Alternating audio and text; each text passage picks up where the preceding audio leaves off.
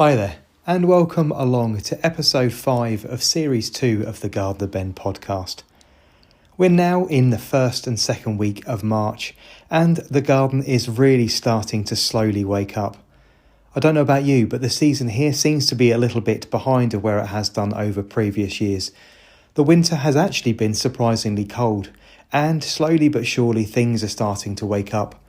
The snowdrops are slowly going over and being replaced by the crocus and the first of the early flowering daffodils, which has inspired me once again to go and get the flower press out, making sure I'm encapsulating this particular beautiful season by pressing just a select few spring flowers, some miniature daffodils, some hellebores, snowdrops, polyanthus, and of course some really beautiful crocus which are appearing all over the lawn right now. These will be pressed and placed in a box ready for me to mount this time next year when I probably have a little more time. I've also pressed on with preparations in the winter garden, but unfortunately run into a little bit of a dead end. Having cleared all of the laurel hedge and taken that away for commercial recycling, it would appear that the stumps for these are actually a lot larger than first anticipated, and I'm not going to be able to pull them out of the ground with my works vehicle. So I've had to wait just a little time for somebody to pop by with a mini digger and just grub out the stumps before I can move forward. I'm really looking forward to cracking on with this area and getting it planted up. Now that the hedge is almost gone, the area is open, flat, and I can really start to envisage what the space is going to look like once it's been planted and fully mulched and landscaped. It's very exciting that we're finally moving into this last and very important area here in the garden. I've waited long and I've waited very patiently to get into this area. So now that it's well underway, I'm very, very excited indeed. If you haven't done so already, head over to Instagram, YouTube or TikTok and follow my guide for cutting back your dogwood or cornice plants. Now that we're thundering our way into the beginning of March, it's really important that now you've enjoyed their colourful, vibrant winter stems all through the winter months, that you cut them back to their permanent frameworks. These are created in years 2, 3 and 4 after planting the plants. Young plants in the ground for less than 12 months should be just left to settle themselves and get themselves established before starting your pruning regime in their second year. Creating your permanent framework could not be easier. Simply cut your young plants down to around 8 to 12 inches from the ground, selecting a strong pair of buds. This will cause the plant to produce lots of vibrant, strong and vigorous growth, which in turn will have much more vivid and vibrant colour through the autumn and winter months next year. Once you've removed all of your stems, make sure that you give your plants a thoroughly good mulch with anything that you like, whether it's well-rotted horse or cow manure, soil conditioner or some homemade leaf mulch or garden compost. Give them a really good feed to make sure they have all the nutritional value they need to grow away strong and vigorous. Mature plants can also be cut back around the end of February to the beginning of March, removing all of last year's stems down to your permanent framework. Should you wish to produce yourself some free plants, these particular cuttings actually root really well. Selecting growth from the tops that's around the thickness of a pencil, you can cut these into around 6-inch length stems and place them around the outer edges of a pot of garden compost and place them into a cold frame or into your greenhouse. These will root after just several weeks. If you wanted to, you can also root these in water as well and then pot them up afterwards, producing lots of exact replicas of the plants you already have. So if you have a plant in the garden with a particular strong or vibrant colour, this is a really good way of replicating it and gaining lots and lots of plants for free. I'm really excited to introduce you to this week's guest. This week's guest is Building a Food Forest Scotland. The account belongs to Katrina and Clayton. Katrina and Clayton share their gardening journey and their love of permaculture, and how gardening has really helped Clayton in his development and his mental health over the last 3 or 4 years. It's a really interesting and heartwarming conversation, and I want to extend my heartfelt thanks to Katrina for making the time in her incredibly busy schedule to talk to me just a few weeks ago. I've already extended a personal invitation to Katrina and Clayton to join me on Series 3 of the Gardener Ben podcast, as I enjoyed our conversation so much. I hope that you enjoy listening as much as I did speaking to her, and go across to Instagram and show her and Clayton some love. Well, today I'm joined by someone who puts me to absolute shame. Everybody knows that I'm always really, very busy, keeping lots and lots of balls up in the air. But today's guest is someone who puts me to shame with that. Building a food forest Scotland. Welcome along. I'm going to leave you to introduce yourself because, as I say, there's lots of things for you to talk about, and I've got a feeling I'm going to throw a lot of my notes away this morning. We're just going to let the conversation go. So, tell the audience that are listening a little bit about yourself and a little bit about what you're sharing. Good morning, Ben. Thanks so much for having, me and Clayton, who's, running around behind me and upstairs, on today. Really, really grateful for having us on. It's So let's see, where do I start with my life? So we moved to our property in Scotland in 2013. We've been up in Scotland since then, and we actually moved to the property we're in at the moment, 2018. So about 6 years we've been in this actual property in Scotland. And as you can hear, I'm not Scottish. So we moved up here. I'm from Cambridge, and my husband's actually from Cape Town in South Africa. So we met in Cambridge. We've travelled around a lot. We've been together for nearly 20 years. And we have lived in several places in England. We moved over to Cape Town, lived there for 18 months. We moved up to Scotland, and we couldn't quite find the right place for all of us as a family. There's 5 of us. We've got 3 teens now, but we couldn't quite find our place until we got up to Scotland, and we absolutely loved it. And we've lived in several places in Scotland until we found this actual property. And this is the longest time we have stayed anywhere. We've been in so many different houses, but we actually bought this, and this is the longest time we've stayed here. So we've been here nearly 6 years. And on this property has got this absolutely gorgeous piece of land. It was completely grass when we moved in. So it's given us a really great blank canvas. It's actually set out on a hill, but there's different tiered sloped sections. So we've got 3 large sloped sections, and the bottom section we have started to build into a food forest. And I say starting to build because, when you plant fruit trees, they take years and years to actually produce the fruit. So They it's do. very much a long-term project. So that is where we are now. So you and your family have found a place to call home, and you're slowly but surely growing into this space. Yes, And yes, can I ask, slowly. it looks like a really large space as well. What kind of area is it covering, if you don't mind me asking? It's about a quarter of an acre, Yeah. including the house. So from top to bottom, it's about a quarter of an acre, which isn't huge. No, it's exactly the same. We're on about a third here, so it's Yeah, yeah. I always think it's more than manageable because you can just about keep up with it, and it can be absolutely. productive. So you can have a little bit of ornamental stuff, and you can have some growing stuff. So yeah, for us, it works quite nicely for that as well. I mean, I have a longing for much more space, and that's the aim. We're planning actually. We're either planning to either head to America or we're planning to head up your way. Wow.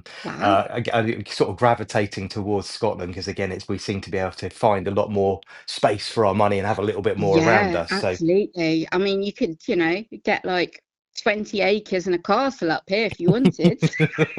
not quite Probably sure I got the cheaper than budget for America. 20 acres of a castle, but maybe a little bit more sort of beer money rather than champagne money. But still, it's a nice Yeah, dream. absolutely. But yeah, it's a great area. Growing seasons are very different Yes, from yeah. England. It's a lot shorter and it's a lot colder. We only hit maybe 25 is probably our maximum. We'll get maybe 28, 29, 1 or 2 days of the year. Mhm. But 25 is kind of our maximum. Most of the time it's around 13. So yeah, it's a very different growing season up here. I'm adding that to my notes and thinking maybe New England sounds a little bit more.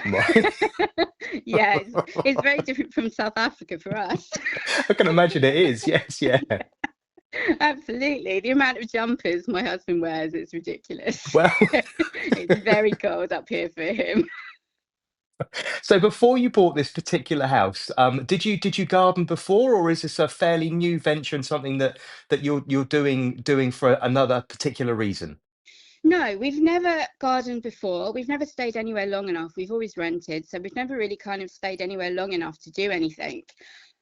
Um, but we're vegan and we have been for, I don't know, 15 or so years. Yeah, and sorry, And may so, I ask that the children are vegan as well? yes, they went, well, not Clayton, because he has a very specific um, food regimen routine. But the younger two, since they were, 2, 3, they started eating vegan. Yeah. They didn't tolerate milk anyway, and it was just easier to change over to Yeah, I mean, vegan. I don't like to make a sweeping assumption, but does anybody tolerate milk? I mean, is it good? Is it Well, is it good for anybody in any way, e- shape, or form? exactly.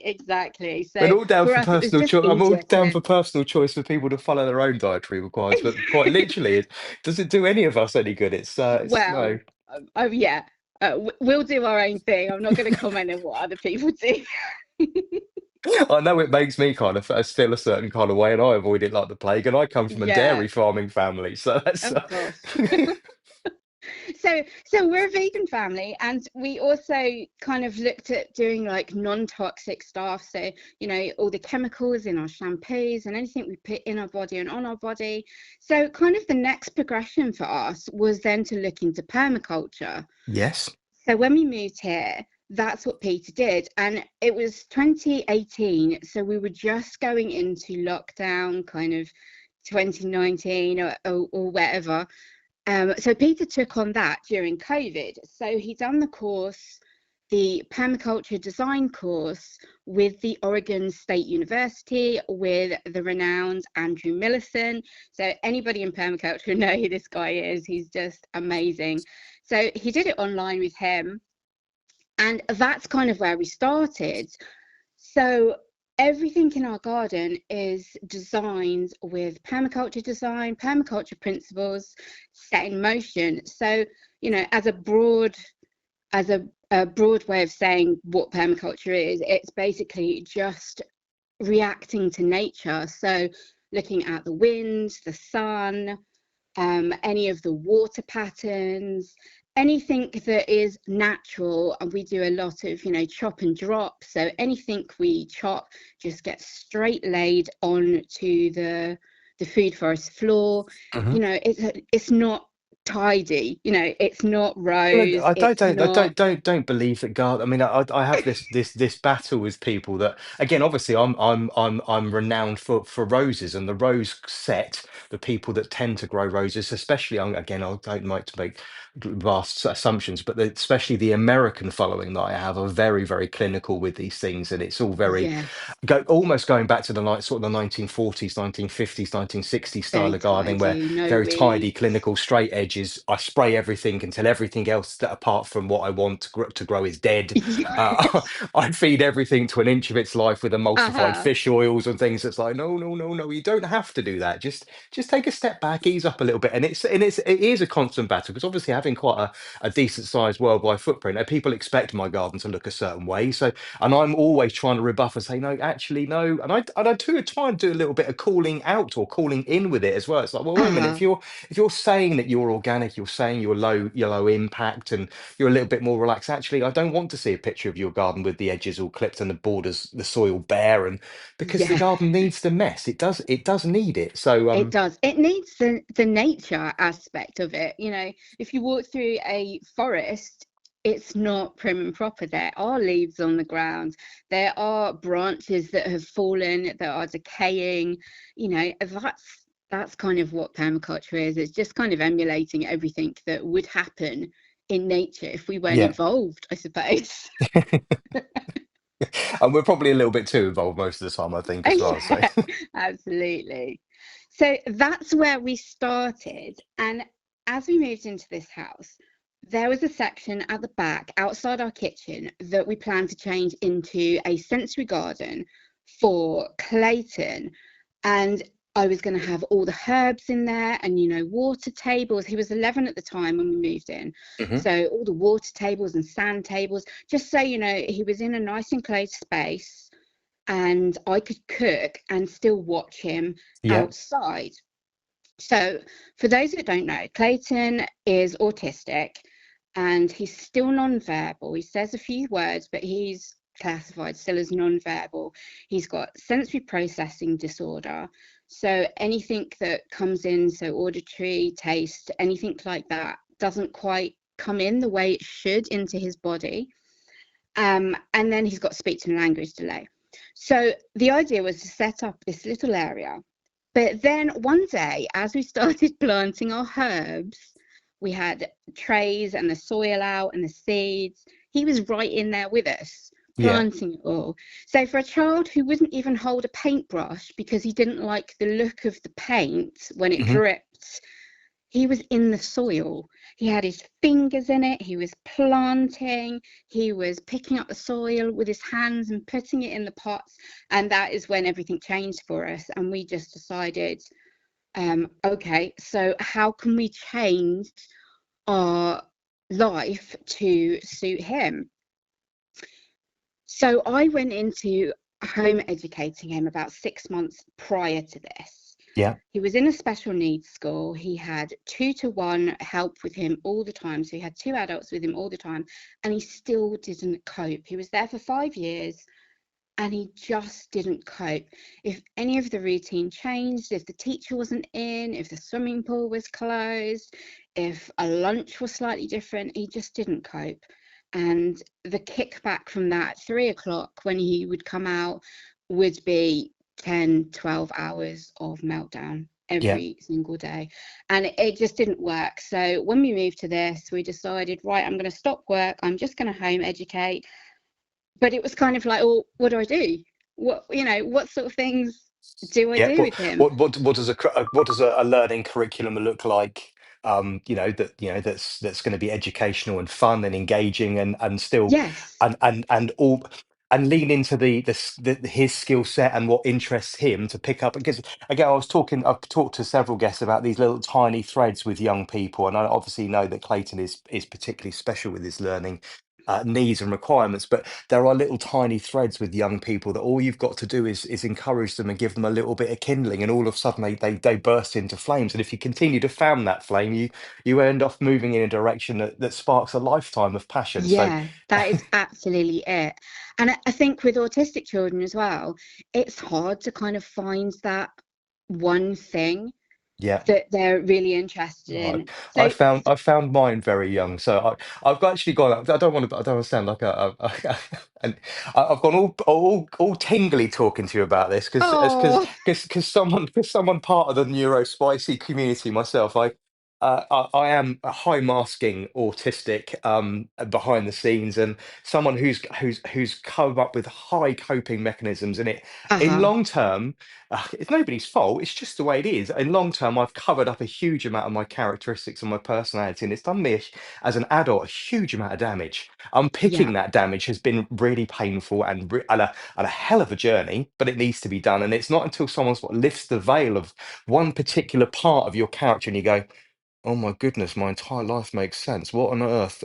absolutely. And so it's so lovely that you've made those decisions for him, and yeah, I mean, just looking at the path that he's been on since. I mean, obviously, I've done a huge amount of stalking before our conversation today, so back into the account to make sure that Love it. I've obviously been following for a while and looking at your journey, but the progress that he's made coming into turning into a young man, you can see that his face lights up. He's him on the swing just outside with the sun on his face a couple of weeks I ago. know. Just absolutely. I mean, even just being outside. So yeah, it's lovely that you've lent into that for him.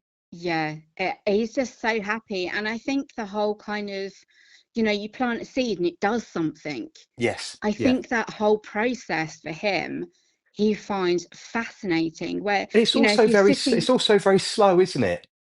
It is. I'm assuming that, I mean, I don't want to speak for him or for yourself, but I'm assuming that he gets to plant something, and it's a cause and effect, but gets to become used to the idea, and very slowly becomes used to the change, because part of Yes, is this it's part of the sparks for the meltdown is change of routine, and something that happens untoward that you might not be able to absolutely. control. So it's very, very gradual, and he gets to stand back Yes. and just watch it develop slowly. And it's predictable as well.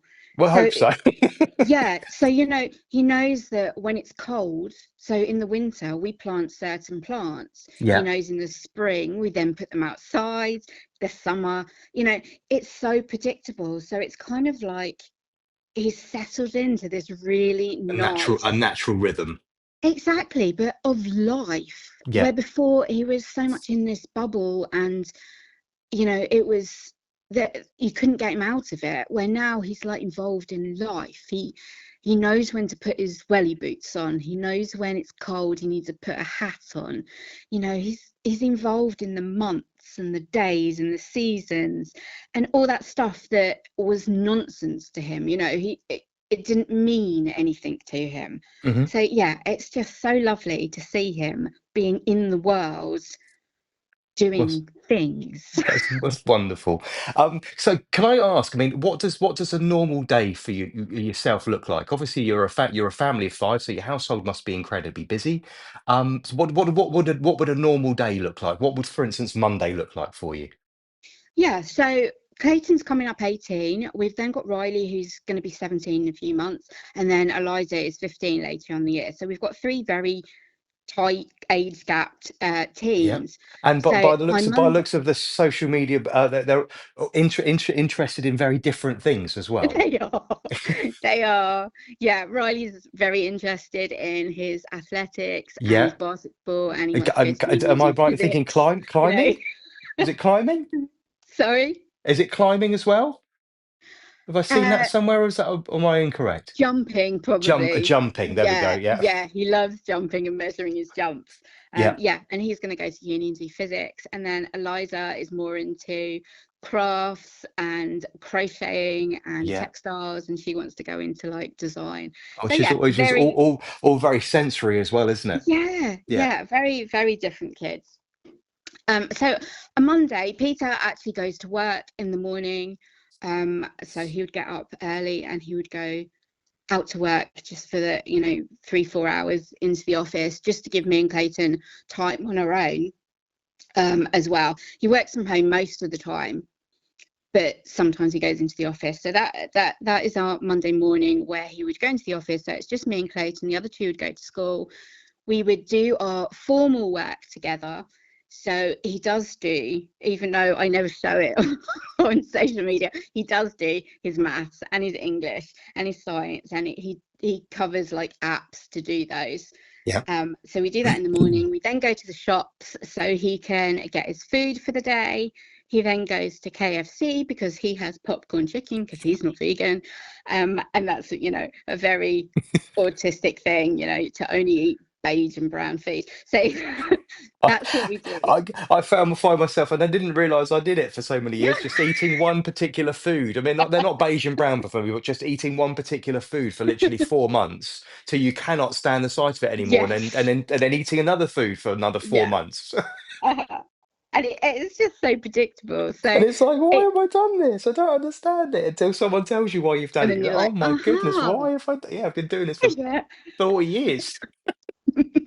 So that is what we do in our morning. Then we'd come back, and then our afternoon we do an activity for 2 to 3 hours every single day. Yeah.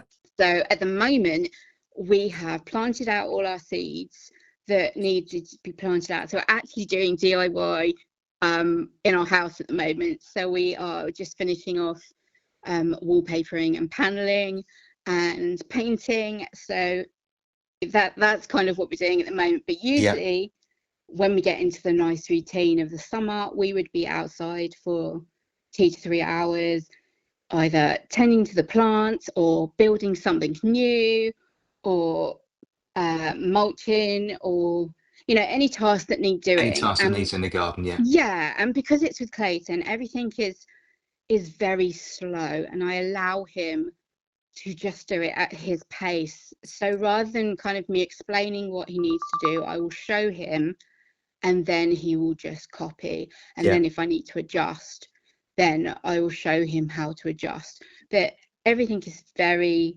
slow and calm. And yeah, I just love it. I just love the life that we've built as a family of five. Yeah. Everybody's very happy doing their own thing, but just as a me and Clayton life, because I'm 24/7 with him. I still have to sleep in his bedroom because he struggles at nighttime. So it's a 24/7 thing, but I absolutely love the life that I've built for him and for us to do Oh, every day. that's lovely. It really is lovely. So, does Clayton have a particular favourite thing to grow? I think well, his favourite process is planting seeds. Yeah. He really likes that kind of, putting them in rows and tidy and picking out the one seeds. He really likes that. But I'd probably say, sweet corn. Hmm. He really likes kind of, the height and going out and shaking the tassels and then harvesting them and like ripping it open and seeing what's inside. He kind Yeah. of finds that probably out of all the vegetables the most exciting. But he just loves the whole process. As soon as he gets the harvest, you just see him, everything gets harvest. Any berries, anything, nothing's safe. As soon as he Yeah. sees them, they're all off. Or a harvest hoarder. It's got to Yeah. have it all piled up somewhere. Oh yeah, absolutely. So So have you grown glass corn with him? I tried last year, but last year was such a bad season It anyway. was, I yeah, think it across was the dreadful. UK Yeah. was bad, but Yeah. especially in Scotland, I don't think we even hit 25 degrees last year. It was No, silly. and again down here, right? Well, I mean, obviously, I'm right down on the south coast. I mean, we're the weather down here is normally glorious, and we haven't Mm, seen the sun for, I think, estimate realistically since about October. I think we've probably had three no, it days where was the sun has come out and the sun, the sky's been blue, and it's been sort of bright. I mean, again, I'm looking out the big window at the end of the cottage this morning. Again, it is as grey out there. I mean, it couldn't be more February if it tried to be no, February. I mean, it's it's starting to just. snow here, so yay. Oh. So yeah, we did try last year, and when we started to take them off, there was 5 or 6 corns that had grown, and that was it. So it was a bit rubbish.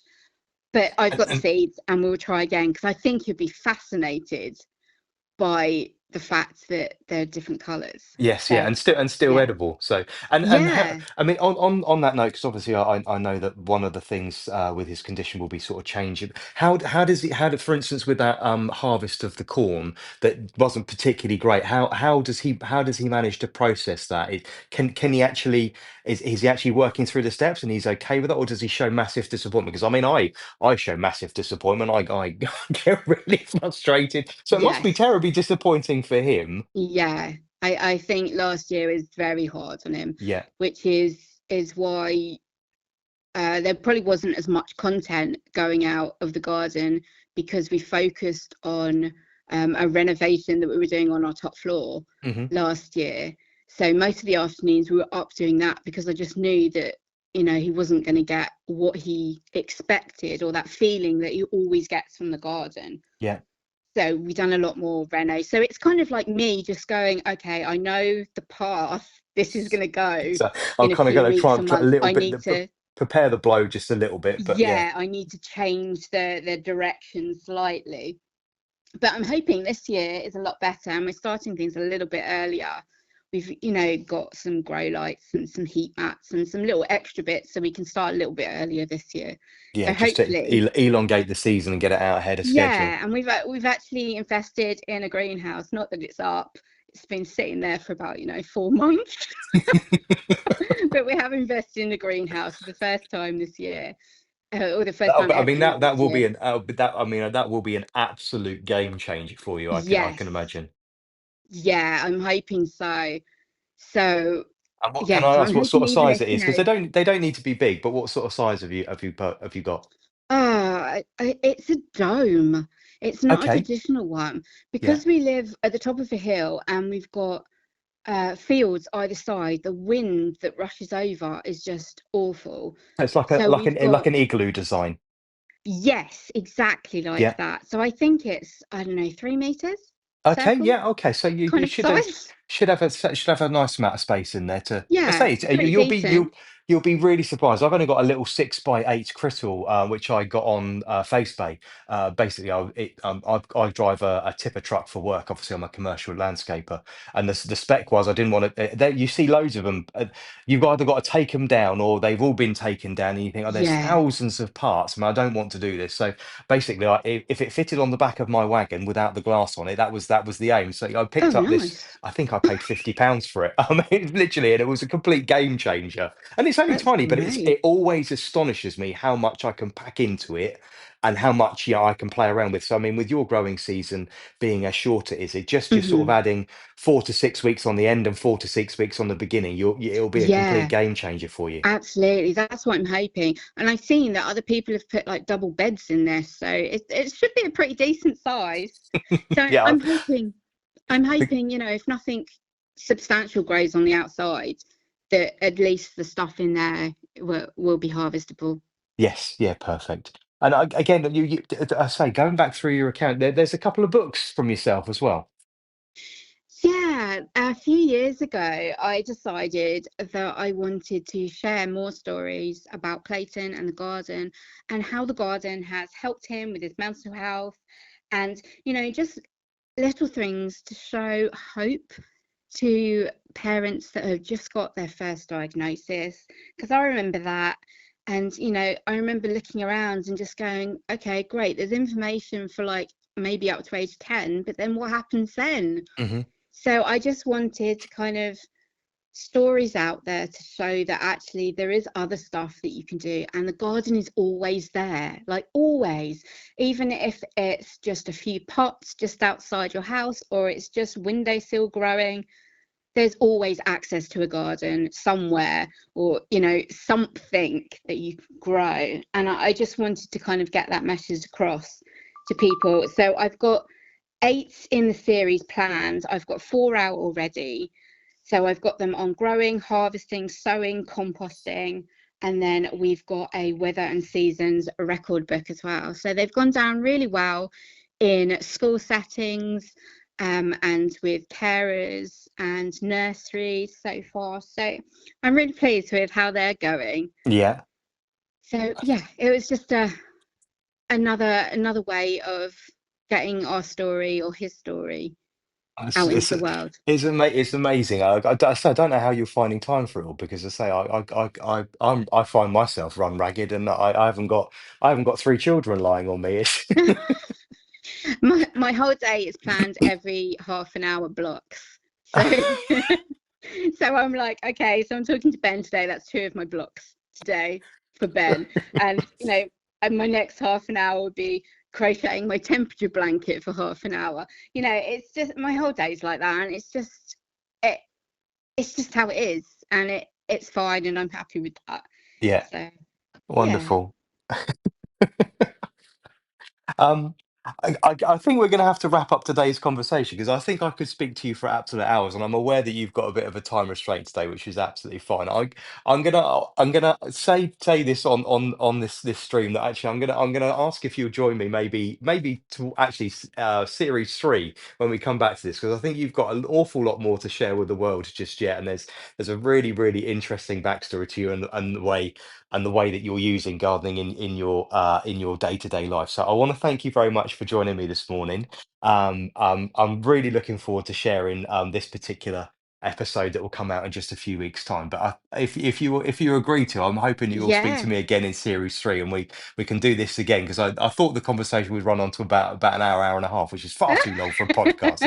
Nobody's want to going to listen to me drone on for that long. But if you join me for maybe series 3, we'll pick off where we left off today. But thank you so much for joining me and sharing your story about gardening and obviously Oh, gardening you're along so with Clayton. welcome. Yeah, For and as you those, say, it's literally only just kind of like hit the tip of the iceberg of, what we actually do. well, again, I can imagine having just this conversation this morning. I'm only seeing, I say, little tiny bits of the iceberg so far. Hmm. So if you don't follow along already, please do head over to Instagram and follow Building a Food Forest Scotland, and join Clayton for his journey in gardening. Thank you so much for joining me today. I'll talk to you very, very soon. Thank you, Ben. All right, have a great day. Bye. Bye. As you can tell from our conversation, Katrina and I barely touched the surface of everything that she's sharing online, and her story regarding her family and the why she grows food as she does in Scotland is truly inspiring and heartwarming.